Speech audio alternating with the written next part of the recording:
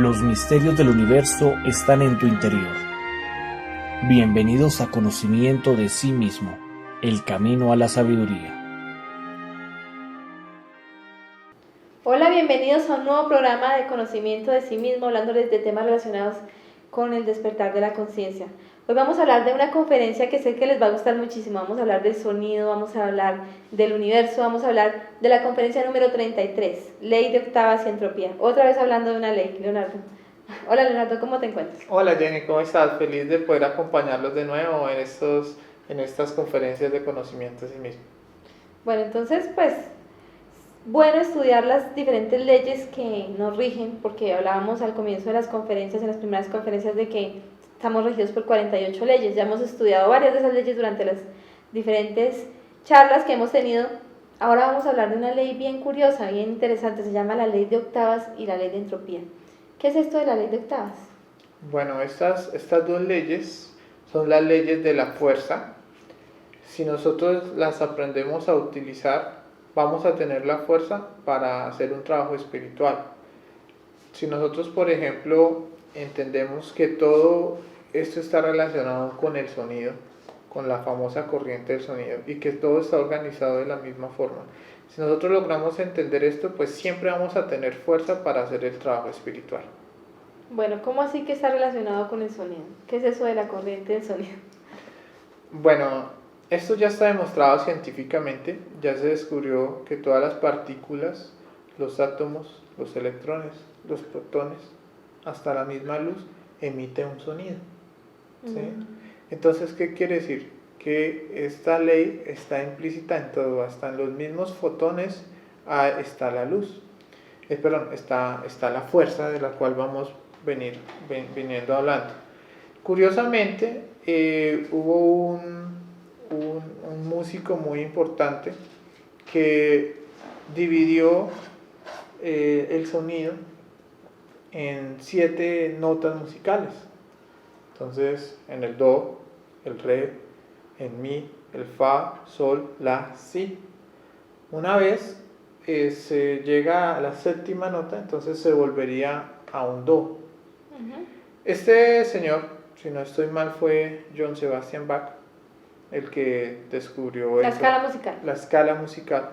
Entonces descubrió que para pasar de un do inferior a un do superior, o sea, ¿qué quiere decir? Que pasar de un estado inferior, una vibración negativa, como la mayoría de nosotros, pasar a un do superior, o un do superior significaría un estado de conciencia superior, a un estado a lo cual llamamos la autorrealización del ser. Entonces tenía que haber 3 pausas. ¿Os estarías diciendo entonces que esa escala musical tiene mucho que ver con nuestro trabajo interior? Sí, es muchísimo, más de lo que nos imaginamos. En el trabajo de la autorrealización del ser, vamos a hacer un trabajo que es un trabajo del do, del re al mi, y ahí en el mi va a haber una pausa.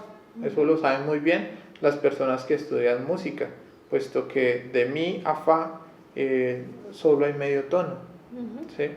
Bueno, pero si logramos trascender esa pausa que va a estar en mi, luego seguiremos avanzando al fa, sol, la, y en el la también va a haber una pausa.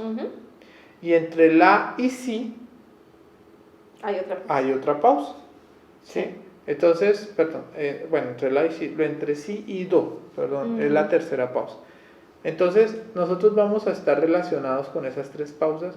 Esas 3 pausas van a estar afectando nuestro trabajo interior, pero si también lo aprendemos a solucionar, esas pausas son las que nos van a dar la fuerza para seguir avanzando. Bueno, ¿y cómo sería eso? O sea, ¿cómo podríamos ver esa escala musical en nuestra propia vida o en nuestro propio trabajo hacia la autorrealización? Siempre, empecemos a hablar de forma global de estas pausas y luego empezaremos a hablar ya de forma más minuciosa, más micro. Cuando nosotros nacimos, apenas se dio el aliento de vida, apenas el niño respira por primera vez. En ese momento la ley le otorga a ese niño las primeras 3 notas. ¿Sí? Le otorga la nota musical do, la nota musical do está relacionado con un cuerpo físico material que va a tener el niño. Este cuerpo físico El sería cuerpo. el do. Exacto, es lo que se le da al niño apenas nace. Tiene derecho a tener su cuerpo para poder manifestarse. La segunda nota es la nota musical re. Esta nota hace referencia a un cuerpo vital, ya una personalidad que el niño va a tener que desarrollar. Esta nota musical re tiene que ver mucho con el karma, puesto que el niño puede nacer sanito o al contrario puede nacer enfermo con algunas enfermedades que posiblemente más adelante se les va a desarrollar. Eso pues nosotros lo hablamos en la conferencia número 2 de Sí, por qué hablábamos de vienen que... esos karmas. Y el cuerpo vital también en la conferencia de los cuerpos hablamos de que el cuerpo vital tenía que ver con el karma y con la vitalidad y con los éteres, también lo hablamos alguna vez. Bien, ese es lo segundo, lo que tiene derecho, una energía, una pila para el cuerpo. Y la tercera nota es la nota musical mi, a la cual el niño tiene derecho, que es un principio de alma, sumado también a un principio de cuerpo astral. Este principio de alma corresponde al 97% de defectos que la persona va a tener dentro de su propia psiquis, que va a ser el material que puede utilizar para empezar a avanzar por las notas siguientes. Esos defectos son los que vienen desde vidas pasadas, que ya hemos alimentado y llegan cuando nacemos. O sea que exacto. Apenas un bebé nace, le dan todo ese paquete. Sí, le dan su cuerpo físico, su cuerpo vital, que es su energía, su personalidad, para que se pueda desenvolver. Y me decías también que le dan un principio de cuerpo astral. ¿Para qué le serviría ese principio? Ese principio de cuerpo astral le va a permitir moverse en el mundo astral o en el mundo de los sueños, pero también ese principio de cuerpo astral le va a permitir sentir, le va a permitir sentir, pensar, le va a permitir negarse, tener un principio de voluntad. Ah, listo. Entonces, ese sería el do. Hasta ahora estamos hablando del do. Hasta ahora estaríamos hablando de la primera pausa. ¿De la primera pausa? De la o sea, del do, re y mi. Y mi. O sea, el mi sería el cuerpo astral. Exacto. Listo. ¿Y qué significaría esa primera pausa dentro de nuestra vida? Pues esa pausa significa que ese niño va a empezar pues a desarrollar su cuerpo físico, el cuerpo va a empezar a evolucionar, la vitalidad también va a empezar a tener, el cuerpo va a tener más resistencia, pero al mismo tiempo el mi, si la persona no lo trabaja, también va a empezar como a crecer, los defectos van a ir aumentando hasta que el cuerpo llega a un nivel de evolución. Si la persona no sabe cómo trascender esa pausa, entonces va a empezar a devolverse. Bueno, pero ¿qué quiere decir esto de empezar a devolverse?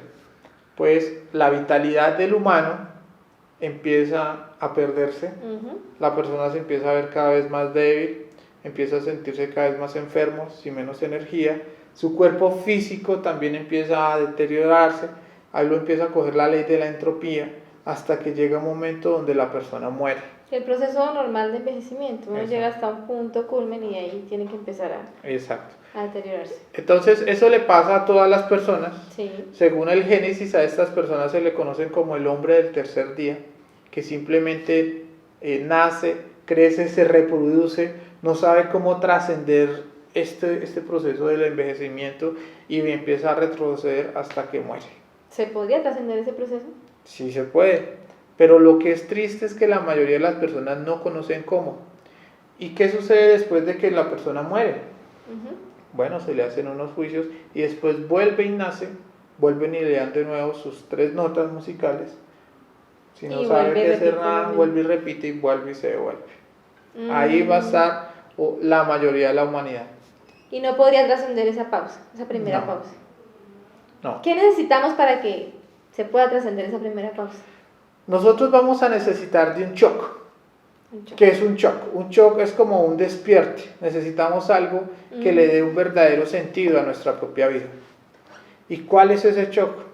Ese shock es recibir el conocimiento, recibir las herramientas que nos pueden ayudar a trascender esa pausa. Claro, eso sí es un shock. Claro. Porque uno realmente cuando conoce esas herramientas uno como que siente eso, un shock, como no, yo pensé que mi vida era para otra cosa, no pensé que hubiera un objetivo trascendental. Claro, y mira que ahí pasa algo curioso, hay una enseñanza que dice que de 1000 que lo buscan uno lo encuentra, o sea que de 1000 personas que tienen esas inquietudes espirituales, uno logra recibir ese shock, uno de ellos logra recibir un conocimiento puro, enfocado a la práctica y al desarrollo espiritual. ¿Cómo sabemos que recibimos el conocimiento correcto, que realmente nos va a servir para llegar a ese objetivo? Porque se está enseñando básicamente y claramente cómo se debe eliminar el ego, los pasos, la muerte en marcha, la muerte reflexiva. Nos están enseñando los secretos del sexo sin tapujos, cómo podemos hacer las creaciones. Y algo muy importante, se está enseñando el sacrificio por la humanidad, entregándosele a todo el mundo, respetando el libre albedrío, sin agregarlo, sin mezclarlo. Y lo más importante, un conocimiento enfocado a la práctica, al cambio. Y cuando ya recibo el conocimiento, listo, ¿trasciendo esa primera pausa? No, recibiste el shock. Ah, solo recibí. Cuando recibimos el conocimiento, recibimos el shock, se abren dos caminos. Se abre el camino del creyente y se abre el camino del práctico. El creyente utilizará estos temas, los meterá en su intelecto como una teoría más y no trabajará sobre sí mismo, que lamentablemente le pasa a la mayoría de las personas que reciben estos conocimientos. Son muy pocos los que cogen el otro camino, que es el camino del práctico. El camino del práctico es aquella persona que empieza con continuidad de propósitos a eliminar su ego, que empieza a cogerle una continuidad de propósitos a cada una de las prácticas que se ha venido enseñando. Eso le va a permitir empezar a salir en el mundo astral, a empezar a tener comunicación directa con su propio ser, con los diferentes maestros. Esta persona entra en algo que vamos a llamar la etapa mesotérica.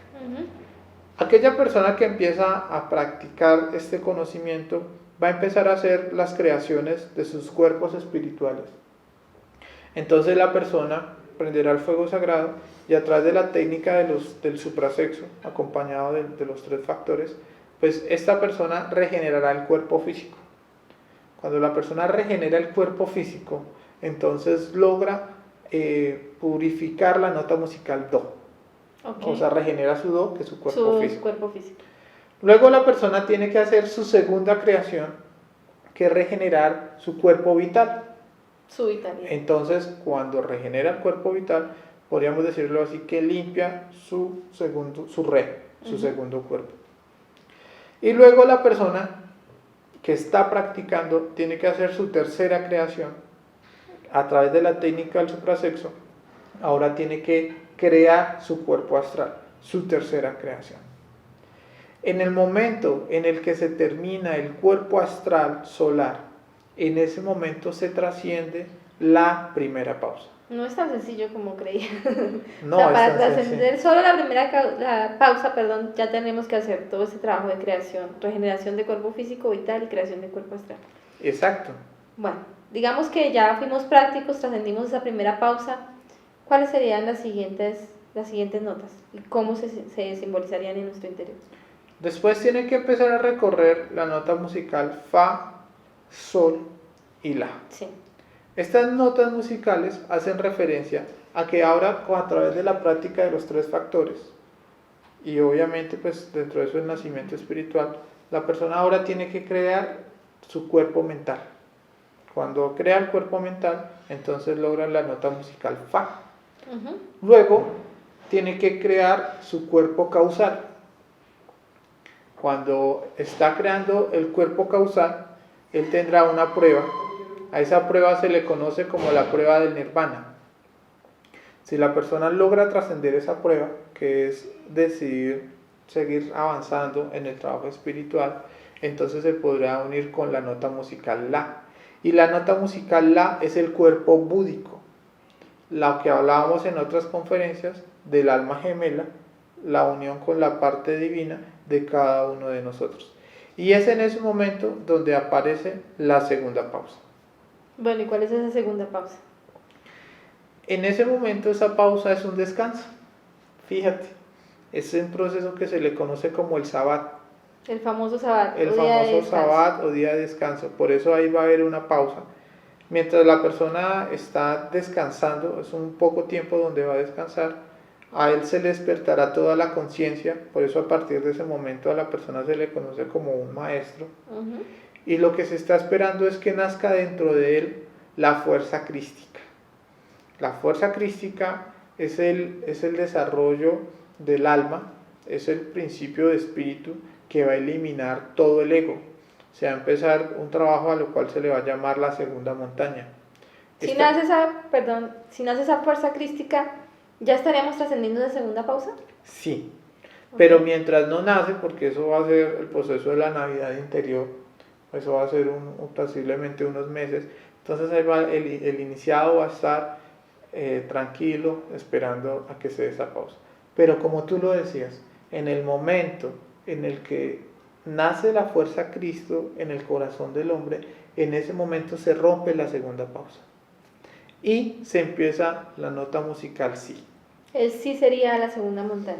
El sí sería la segunda montaña. Pero ¿qué es la segunda montaña?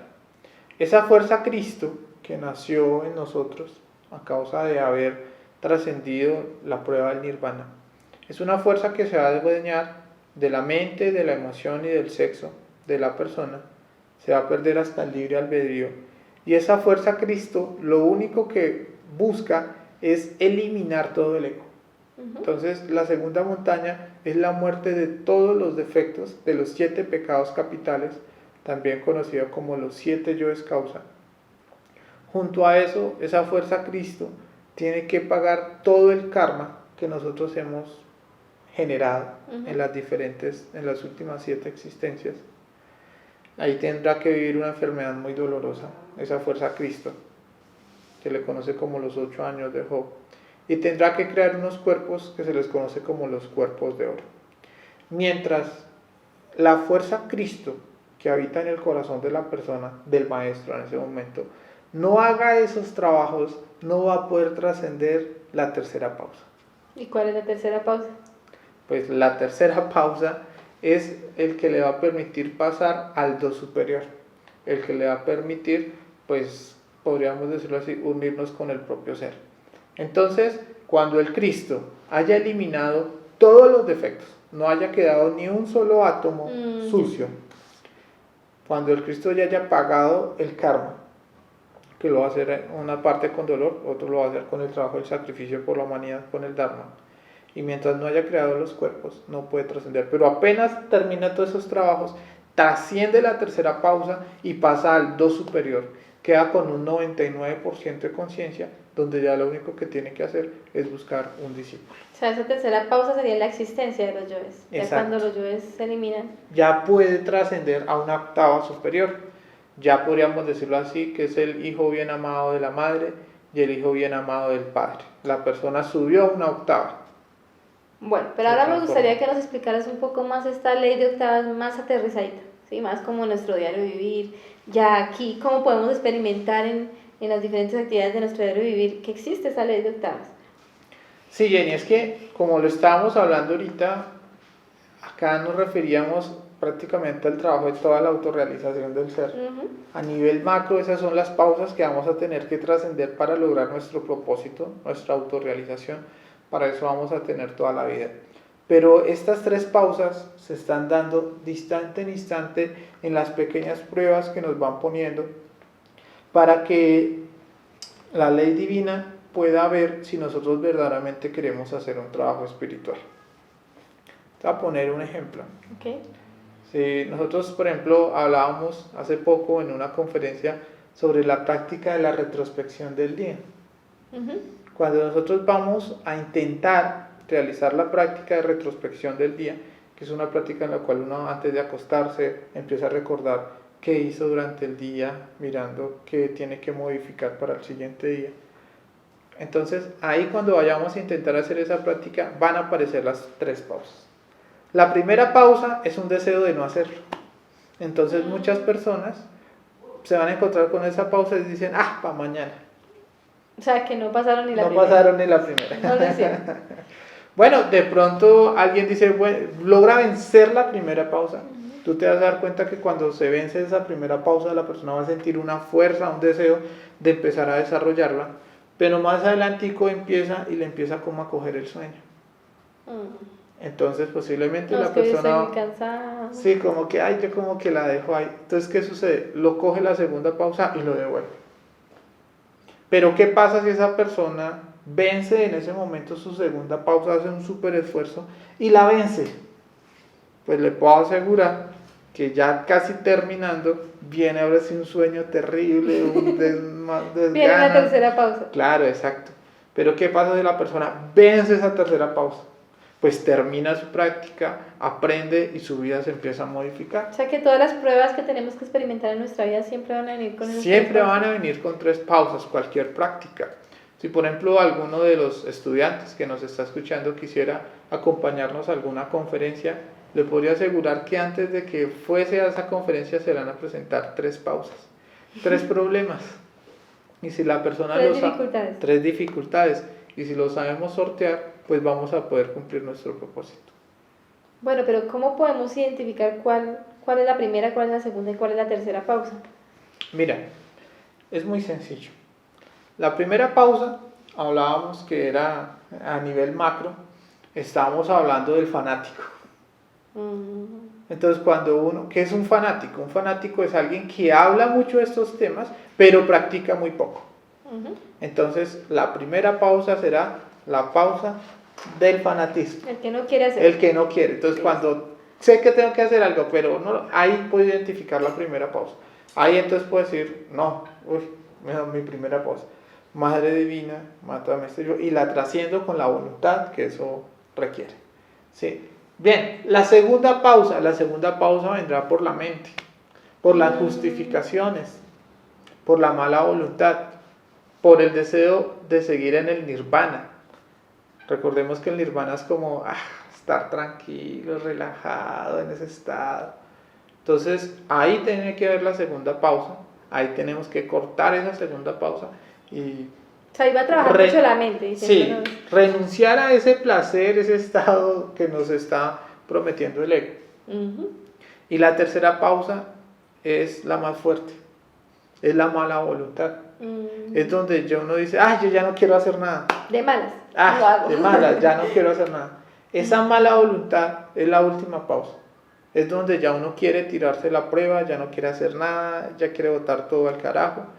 Es ahí donde tenemos que hacer un súper esfuerzo. Bueno, eso es importante saberlo porque muchas veces pasamos la primera y hasta la segunda pausa, pero en la tercera lo perdemos todo. Entonces es importante tener en cuenta que siempre van a aparecer esas 3 pausas y pues ponernos las pilas para pasarlas todas y ganarnos esa fuerza. ¿Qué pasa si pasamos la prueba? Pues si ganamos la prueba, vendrá la fuerza. Pero eso es la corriente del sonido. De una vez vamos a sentir cómo la fuerza espiritual se nos otorga, nos la ganamos y eso nos va a dar mucha fuerza, por ejemplo, para el otro día poder hacer la práctica de retrospección. O por qué no, poder hacer la práctica del suprasexo si ya la estamos desarrollando. O nos va a dar fuerza para seguir en las meditaciones, en todos los trabajos que estamos realizando. Subiríamos una octava, un nivel de conciencia. Un nivel de conciencia. Y si vamos pasando varios niveles de conciencia poco a poco, entonces ya ahora sí lograremos el verdadero do, poco a poco el re, luego crearemos el cuerpo astral y podremos empezar a avanzar. Ya entiendo el término que se utiliza mucho de tienes que dar la nota. Eso es dar la nota. Con esa escala musical, claro, con esa ley del TAS. Así es. Bueno, Leonardo, hablemos ahora de la segunda ley, la ley de entropía. ¿En qué consiste esa segunda ley? La ley de entropía también es conocida como la ley de igualación. Entonces, ¿qué es la ley de igualación? Si nosotros, por ejemplo, ponemos a un niño que es muy grosero, patán, ¿sí? Odioso, y lo ponemos al lado de otro niño que es juicioso, que es sanito, ¿qué sucede? Pues normalmente los dos terminan siendo iguales de patanes y groseros. Exacto, entonces ¿qué sucede? Por entropía, el niño sanito empieza a igualarse. Y de pronto, ¿por qué no? El desjuiciado, pues también como si iguala al otro, ¿sí? Un poco. Y después los dos mandan para abajo. Sí, es lo más común, digamos, nada más mi mami que era profesora decía que, por ejemplo, si llegaba al curso, donde ella trabajaba, a un curso, a un salón, un niño que tuviera malas mañas, que fuera drogadicto, que fuera, sí, que con uno solo, habían otros 40, en muy poco tiempo ya los estaba dañando a todos. Es como cuando uno coloca una manzana dañada con otras manzanas dañadas, pues claro, todas se dañan. ¿Esa sería la ley de entropía? Esa es la ley de entropía. Entonces, ¿qué sucede? En este momento todo el planeta está en entropía, ¿sí? Todos estamos cargados de psicologías muy pesadas, de odio, de codicias, de lujurias, de críticas, de guerras, de fiebre por el fútbol, por el vicio, por todo lo que ustedes quieran. Esa es una fuerza que está haciendo que todo vaya para involución. Cuando digo que todo vaya por involución es que muy pocas son las cosas que están buscando que se dé el despertar de la conciencia. Entonces todo el mundo está en entropía. Por eso vemos los ríos secos o contaminados, los mares como se encuentran, las playas de nuestro planeta, el smog del aire, todo está muy mal, está muy contaminado y es a causa de esa fuerza de entropía. Las guerras, La violencia, etc. Cuando nosotros vamos a hacer este trabajo espiritual, vamos a tratar de coger la fuerza, pues nos vamos a encontrar con esta ley.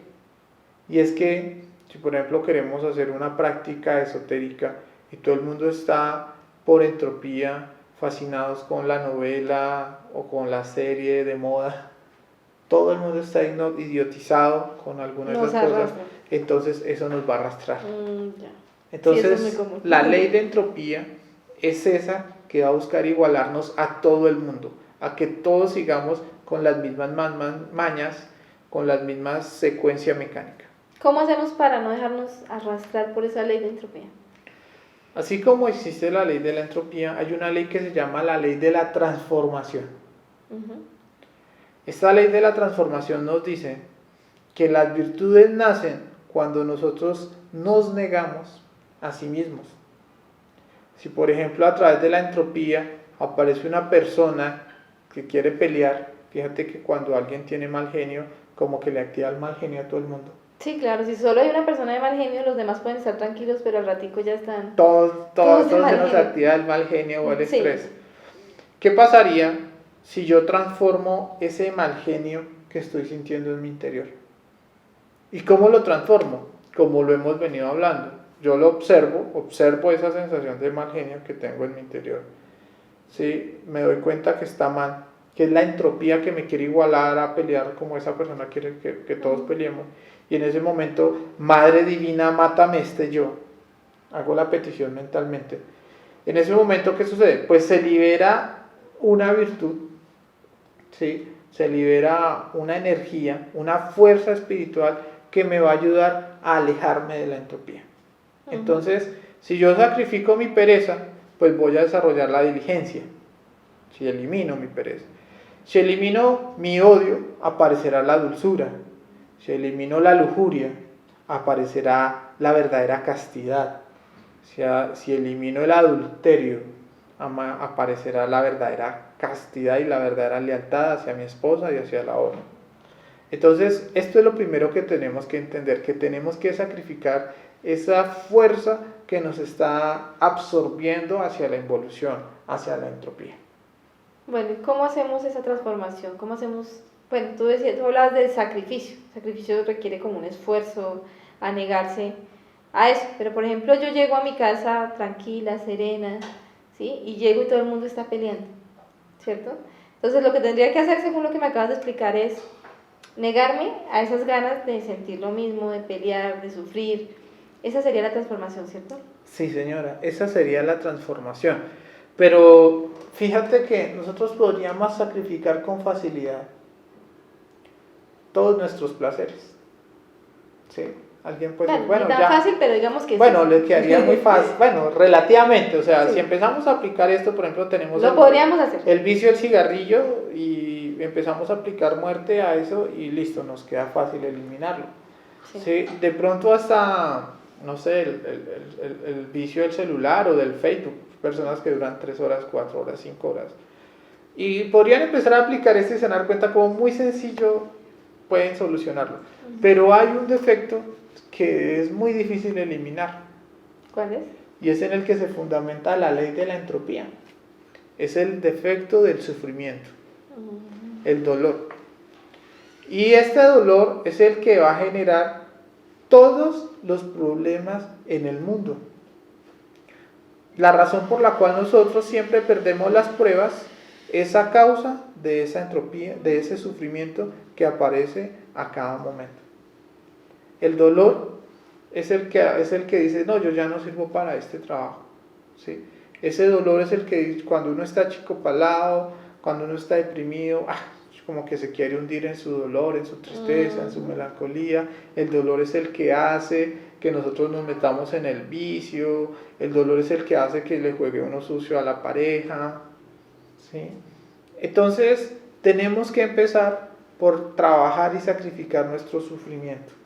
Si sacrificamos el sufrimiento, si sacrifiquemos el dolor, podemos avanzar en estos trabajos espirituales en busca de vencer la ley de entropía.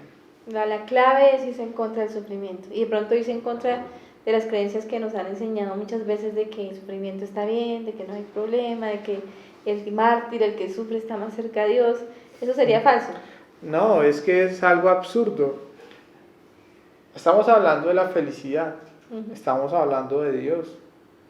Y eso, Dios no puede ser sufrimiento, no es sí, sufrimiento. Es absurdo realmente. Entonces, lo que nosotros tenemos que hacer es que cuando llega el sufrimiento por cualquier cosa, tenemos que negarnos a ese sufrimiento, negarnos a ese dolor. De la eliminación de ese dolor vendrá la fuerza de la octava, vendrá el impulso que nos va a ayudar a avanzar espiritualmente. ¿Hay algún salvavidas o algo que nos pueda ayudar cuando estamos dejándonos llevar de pronto por esa fuerza de la entropía que ya sentimos que nos llevó, que estamos bajando? ¿Hay algo que nos pueda ayudar, nos pueda sacar de ahí? Claro, mira Jenny, es algo muy importante porque cuando nos empieza a coger la entropía, debemos entender que así como hacia arriba hay 3 pausas, hacia abajo también hay unas pausas y en cualquiera de ellas nosotros podemos utilizarlas para devolvernos. Empezamos a sufrir como que empezamos a cometer un error, ¿sí me entiendes? Y ahí va a haber una pausa como para que uno reflexione. Ahí en ese momento, ahí podemos hacer un súper esfuerzo para devolvernos, irnos en contra del sufrimiento. Pero si llega el momento donde no podemos trascender eso y nos sigue arrastrando la crisis, el dolor, un vicio, cualquier cosa hacia abajo, vendrá una y ya la tercera pues va a haber otro. Cuando ya estamos en estos procesos de entropía hay que hacer un súper esfuerzo y hay que apoyarnos de leyes superiores. La ley del amor es la ley del ayudar a los demás, la ley del sacrificio por la humanidad. Alguna vez un discípulo llega donde su maestro y le dice: maestro, ¿qué hago para salir de este sufrimiento? ¿Qué hago para alcanzar la iluminación? Estoy estancado. Y el maestro le dice: enséñale a otros a salir del sufrimiento, enséñale a otros a salir del estancamiento. ¿Qué quiere decir eso? Que cuando nosotros nos sentimos en ese proceso de dolor, de entropía, tenemos que hacer un esfuerzo de hacer sacrificio por la humanidad. Tenemos que ayudarle a los demás, enseñarle estos temas para que la fuerza del amor nos ayude a salir de esa entropía en la cual estamos inmersos. Eso sería lo contrario a lo que nosotros normalmente hacemos, que cuando la empezamos a embarrar decimos: no, pues ya me unté, pues terminemos de estar. O ya metí la mano, pues ahora metamos todo. Claro. Entonces realmente no hay que hacer eso. Si nosotros vemos que empezamos a fallar, entonces tenemos es que buscar ese salvavidas, que sería el sacrificio por la humanidad, para devolvernos y no dejarnos seguir tragándonos por esa fuerza. Bueno, Leonardo, yo creo que eso es todo por hoy. Muchísimas gracias por colaborarnos con este tema tan interesante, la ley de octavas y entropía. Seguiremos hablando próximamente de muchos más temas que sé que les van a gustar muchísimo. Si tienen alguna pregunta sobre el tema que se trató el día de hoy, la pueden dejar en los comentarios. Nos veremos en una próxima oportunidad. Hasta pronto. Hasta pronto.